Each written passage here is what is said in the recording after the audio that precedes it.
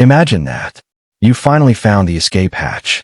You slipped out of the cage, maybe in the quiet dignity of your later years, or maybe in a panicked, midnight sprint. You look back at the wreckage of the relationship, and you feel the raw, terrifying relief of a prisoner released. But the narcissist, the architect of your misery, is already working. They are moving through the social circles, the family WhatsApp groups, the courtrooms, spinning a dark, deliberate lie. Their core message is simple. You crumbled. You lost it. You spun out. They are telling the world that your freedom led to your total psychological destruction. Welcome back. Today, we are going to expose the most calculated post-discard lie the narcissist uses to protect their image and control their narrative. It's the lie of your inevitable collapse. They need everyone to believe that without their guidance, their stability, and their superior intellect, you would descend into madness and irrelevance. They painted this picture of you as a fragile thing, utterly dependent on their abuse to function. This narrative is essential for them because if you thrive, their entire story of being the victim, the savior, or the great prize instantly dissolves. This lie operates as a preemptive psychological strike, a form of remote control abuse. Even though you are physically gone, they are using the collective consciousness, your friends, your family, your shared community, to maintain a digital leash around your neck. They want the flying monkeys to report back. Did they crumble yet? Are they broken? Is the lie still holding up? Their entire post-breakup stability rests on the performance of your emotional destruction.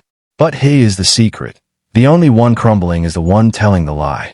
The big, haunting question we face today is this. When the narcissist broadcasts your collapse, what are they really trying to hide about their own experience of your absence? They are attempting to project the internal chaos they feel when their primary source of supply is severed. The narrative that you are falling apart is just them describing their own spiraling ego. They need you to be the villain so they don't have to look at the gaping void you left in their existence. Think about the energy they expend on this smear campaign. The hour-long phone calls, the tearful posts, the whispered warnings. This isn't passive gossip. It's a full-time, high-stakes public relations project. This furious energy is a measure of the fear they feel. If they truly believed you were irrelevant and destroyed, they wouldn't spend a single second talking about you. Their obsession with your failure is the strongest possible proof of your power and their ongoing dependence. The narcissist script is always the same, right down to the syntax. They say you are unstable, bitter, obsessed, or that you've gone off the deep end. These accusations are not descriptions of you. They are the list of fears the narcissist has about themselves. They are worried about their stability, terrified of their own bitterness, and certainly obsessed with the past. They are wearing their own anxieties as a mask and trying to slap it onto your face. You must understand the propaganda of dependence. They spent years conditioning you to believe you couldn't breathe without their toxic oxygen. They convinced you that your only value was the reflection you provided for them. When you leave, they need the world to believe this dependency was real. If you stand tall and thrive, the entire premise of the relationship, that you were beneath them, is proven false. And destroying that premise is destroying their core identity. The cinematic truth you need to grasp is that your freedom is a threat to the entire system. Your recovery is a public safety announcement. If you, the fragile one, can leave and flourish, then their current victim, and every victim before, might realize they can, too. Your survival story is a blueprint for escape. That is why they must discredit the blueprint. They have to paint a picture of the wreckage, hoping others will fear the journey you took. Consider the phantom pain they feel. When you leave, they don't feel grief. They feel a literal, physical sense of loss of control and supply. They feel phantom limb pain where your emotional subservience used to be. The lie that you crumbled is that desperate attempt to reattach the limb, to bring you back into the narrative, even if only as a broken ghost. Do not let them haunt your life. You are not a ghost. You are flesh and blood, and you are thriving. So, let's peel back the layers of this pathological performance. We are going to look behind the curtain of their social media posts and their victim monologues. We are going to see what they are really doing after you left, and why your quiet, dignified rebuild is the psychological equivalent of dropping a nuclear bomb on their ego. You didn't crumble. You detonated the relationship and walked away from the blast zone. To dissect their post-breakup mind, We must understand the predator's paradox. The narcissist needs supply to regulate their self-esteem, but their own pathology repels genuine connection. When you leave, they are suddenly staring at a supply deficit. The collapse of your reputation becomes a temporary, emergency source of fuel. By gossiping about your downfall, they receive attention, sympathy, supply, and validation from their audience, all while doing minimal work. It's cheap, toxic energy. This is what we call the scaffolding of the lie. The entire smear campaign is a psychological scaffolding built around their collapsed ego. If the scaffolding falls, they collapse. They need to convince people that they are the ones who escaped a nightmare, not the ones who created it. They are trying to rewrite history in real time. Their intensity is proportional to the size of the truth they are attempting to bury. The bigger the lie, the more furiously they must maintain the facade. Let's analyze the inversion of responsibility.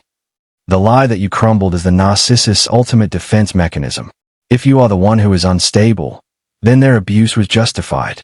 If you are the one who is bitter, then their departure was necessary. They must invert reality so that their conscience, which is already minimal, doesn't have to bear the burden of their destruction. They are externalizing their guilt and forcing you to carry it.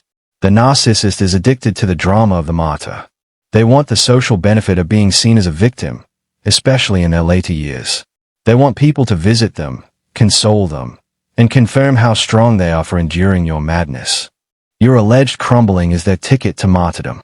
It allows them to collect sympathy supply, which is a powerful, high-grade fuel, easily exchanged for favors and social support.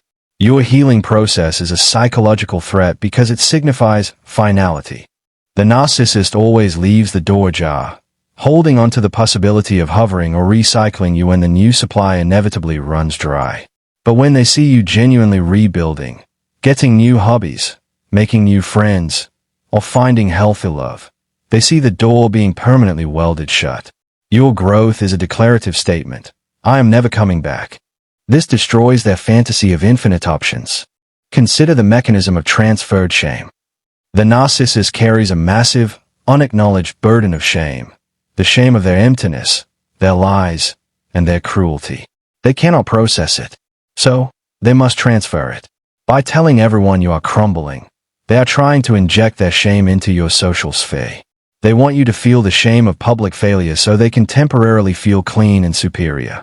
It is emotional dumpster diving, and you are the unfortunate recipient. We must address the envy of peace.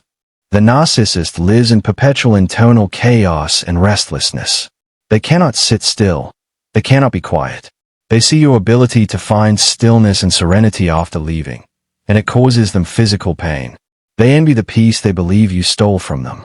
Their accusations of your crumbling are laced with this green-eyed monster. They project instability because they cannot tolerate the sight of your calm. Your successful move into the gray rock phase is their nightmare. When you leave, you stop giving them the emotional intensity they crave. They are forced to engage with the world on a flat, rational level, which they despise. By telling the world you are spiraling, they are trying to force a reaction, a call, an email, a public defense, anything to re-engage the power dynamic. They are desperately trying to turn the gray rock back into a target. The cognitive dissonance of their audience is part of the control mechanism. The narcissist knows that their friends and family will struggle to believe that a seemingly put-together person, them, could be abusive. Your alleged collapse gives the audience a comfortable, simplified explanation. Oh, she was just crazy all along. This lets the flying monkeys off the hook. They don't have to confront the uncomfortable truth of the abuse. The lie keeps the community structure intact around the narcissist. The deepest reason they push the crumbling lie is to obscure their own pathology of failure. The collapse of the relationship is, ultimately, a failure of their ability to maintain supply. They failed to control you. They failed to keep you quiet. They failed to secure their source. The lie that you crumbled is a last-ditch attempt to blame the victim for the failure of the predator. You are the one who broke free. And in their mind, that makes you the ultimate saboteur. The dramatic turning point was the moment you stopped consuming their propaganda. You heard the rumors, the whispered lies, the forwarded emails, and instead of panicking, you felt a strange, cold clarity. You realized they are wasting their time. The realization that their narrative has absolutely no impact on your physical reality is the psychological plot twist that ends their reign. The poison they sent was never absorbed. This is the moment you discovered the power of asymmetrical warfare. They are fighting a loud, high-energy, public battle against your reputation. You are fighting a quiet, low-energy, internal battle for your peace. Their noise requires constant input. Your silence is self-sustaining. The turning point is when you decide to invest all your energy in building, while they invest all of theirs in destroying. The builder always wins the long game. The shift was often marked by a simple refusal to participate. You stopped defending yourself to the flying monkeys. You stopped clarifying your side of the story. You embraced the cruelty of clarity that some people will simply never understand, and you have to be okay with that. You prioritized your sanity over their validation. This refusal to defend is the equivalent of walking off the chessboard while the other player is still screaming checkmate. You began the process of self-recolonization. The space the narcissist used to occupy, your fear, your worry, your obsession, was slowly, methodically reclaimed by you. You filled the emptiness with meaningful actions. You went back to school. You started a business. You traveled. This is not just moving on. It's a strategic operation to make your life so full of substance that there is literally no room left for their memory or their fear. The narcissist's reaction to your genuine happiness was a spectacular failure. They expected tears, drinking, or public breakdowns. Instead, they saw dignified silence, steady progress, and a quiet, profound joy. This lack of visible destruction infuriated them. They escalated their attacks, but the escalation only served to discredit them. They looked desperate, while you looked untouchable. You enacted the principle of consequence delivery. For years, you insulated them from the fallout of their actions. Now, you stepped aside and let the consequences hit them full force. When they missed a payment, you didn't cover it. When they alienated a friend, you didn't mediate. You created a space where their actions had direct, painful effects on their life. This is the moment the adult world caught up to the child. The turning point brought a massive surge of epistemic confidence. You stopped doubting your own reality. You stopped using their distorted vision to interpret the world.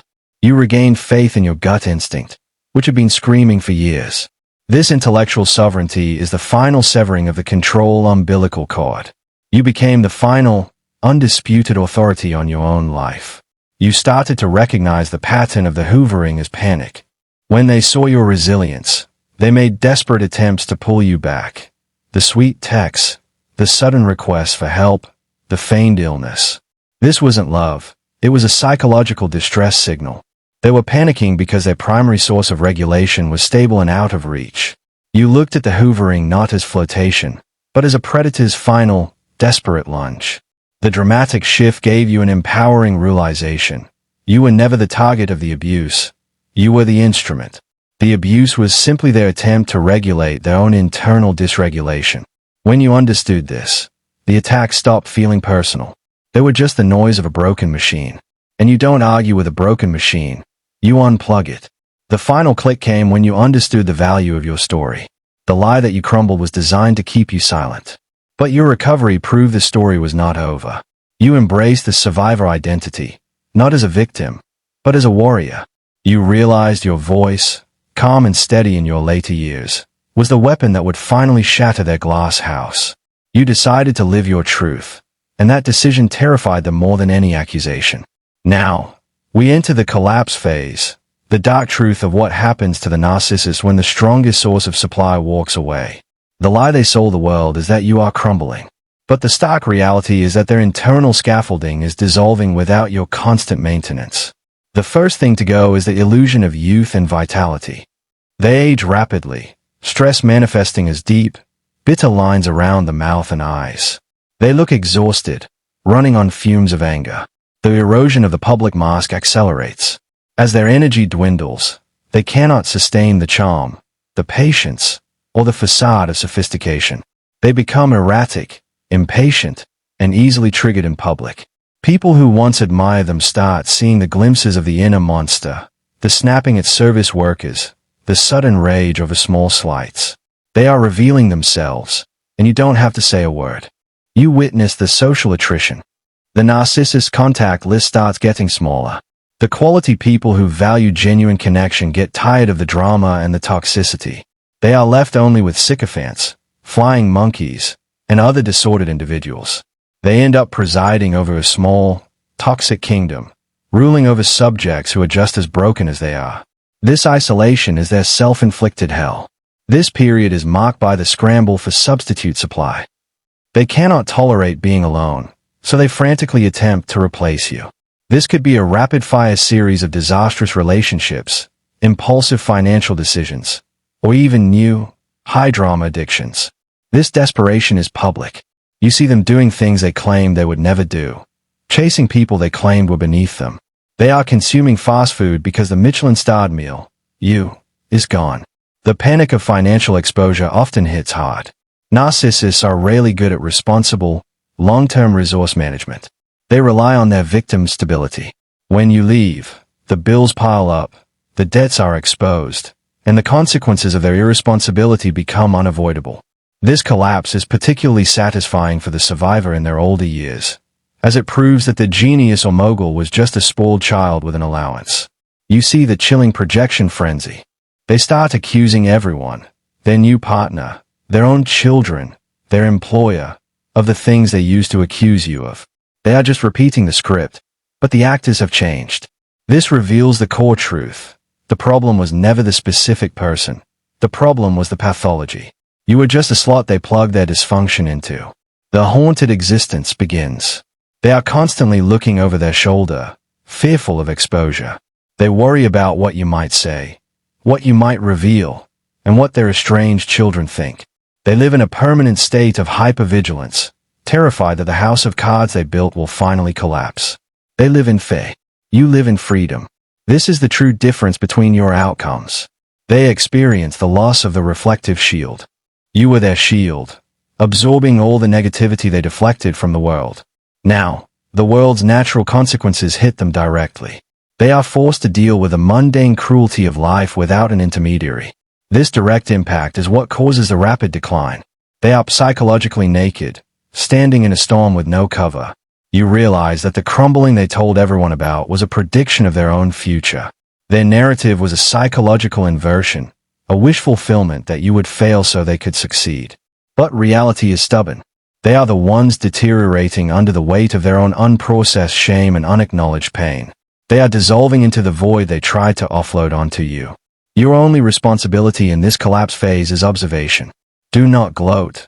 Simply observe the truth of the situation. Your quiet, dignified success is the scientific proof that their toxicity was the only instability in your life. You are the control group in the experiment, proving that the patient thrives when the poison is removed. That truth is the sharpest, darkest consequence of all. Here is the final truth you earn in your older, healed years.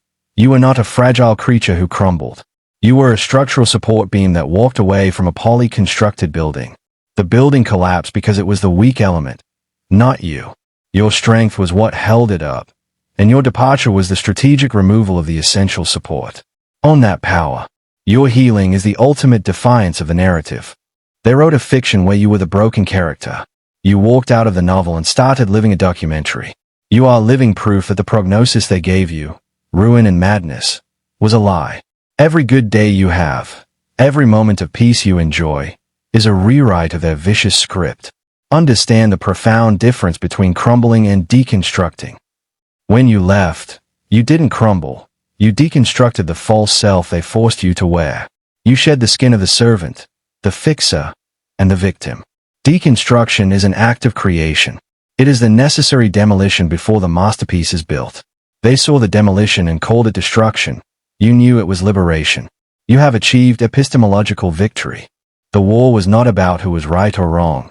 It was about who controlled reality.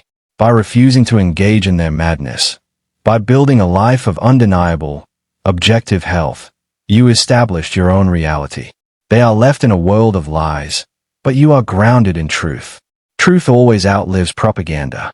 The phantom guilt must be excised completely. You are not responsible for their continued suffering. Their suffering is a self-administered condition. If they chose to drink the poison of bitterness and refuse the antidote of accountability, that is their choice.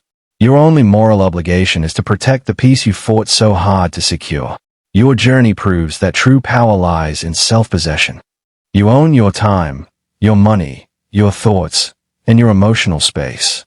The narcissist, no matter how rich or successful they appear, is always possessed by their own disorder. They are not free.